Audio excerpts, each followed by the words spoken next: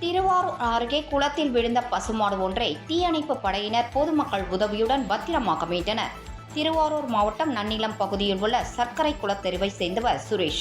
இவருக்கு சொந்தமான பசுமாடு ஒன்று வீட்டிற்கு எதிர்ப்புறம் உள்ள சர்க்கரை குளத்துக்கு தண்ணீர் குடிக்க சென்றபோது திடீரென சரிந்து நீருக்குள் விழுந்தது. மாடு கத்திய சத்தம் கேட்டு அங்கு சென்ற சுரேஷ் மாட்டின் கயிற்றை பிடித்து மேலே இழுத்துள்ளார்.